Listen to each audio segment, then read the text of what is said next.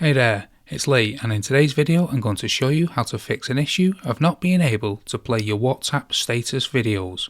This problem can occur when there's no internet connection or a glitch in the system.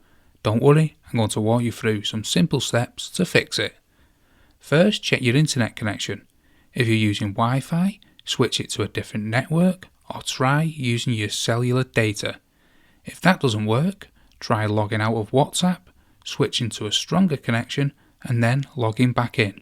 If you're still unable to play WhatsApp status through videos, the next step is to reset the app. To do this, let's go to the iPhone settings, then down to General and then iPhone Storage.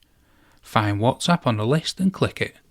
Then select Offload App to reset the app without losing any of your information.